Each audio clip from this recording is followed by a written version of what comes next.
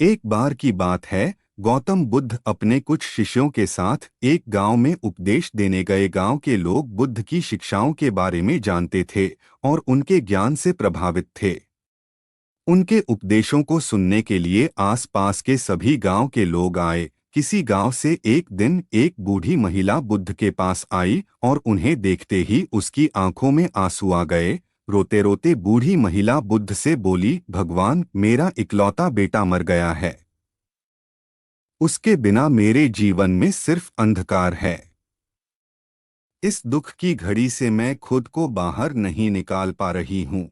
कृपया मुझे कोई उपाय बताएं जिससे मेरा दुख दूर हो सके। बुद्ध ने महिला को ध्यान से देखा और बोले, मैं तुम्हारे दुख को समझ सकता हूँ, लेकिन इस वक्त मेरे पास ऐसा कोई उपाय नहीं है जिससे मैं तुम्हारा दुख दूर कर सकूं। लेकिन तुम एक काम करो, इस गांव में ऐसे घर की तलाश करो जहां किसी की मृत्यु ना हुई हो और वहां से एक सरसों का बीज ले आओ।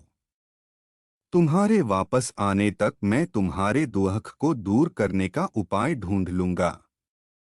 बुद्ध के कहे अनुसार जब भी वह किसी घर के दरवाजे में दस्तक देती तो उनसे पूछती, क्या इस घर में कभी किसी की मृत्यु नहीं हुई?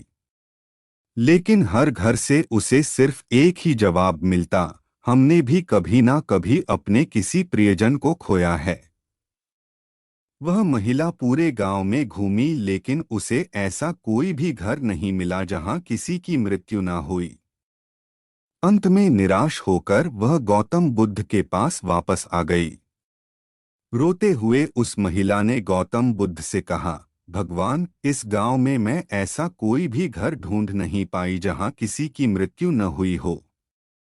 बुद्ध ने उस महिला को करुणा भरी आंखों से देखा और बोले, यही तो इस जीवन की सच्चाई है।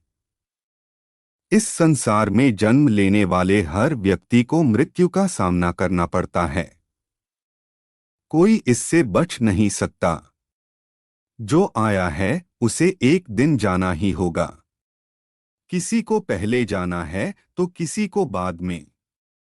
तुम्हारे दुख का कारण यह है कि तुमने इस सच को स्वीकार नहीं किया। बुद्ध अपनी बात आगे बढ़ाते हुए बोले, हमारे दुख का असली कारण हमारे अपनों से होने वाला लगाव और प्रेम है। हमें अपने प्रियजनों के प्रति प्रेम और दया भाव रखना चाहिए, लेकिन यह भी लोगों को खोएंगे और नई लोगों से मिलेंगे भी। जब हम लोगों से बहुत ज्यादा लगाव और बहुत ज्यादा प्रेम करने लगते हैं तो उनके खोने से हमें बहुत दुख होता है। इस संसार के नियम को हमें समझना जरूरी है। चीजों से लगाव इतना ना रखें कि वह आपके दुखों का कारण बने। चीजों को प्राथमिकता दें, लेकिन इस मोह में ना रहें कि यह चीज हमेशा हमारे साथ रहेगी।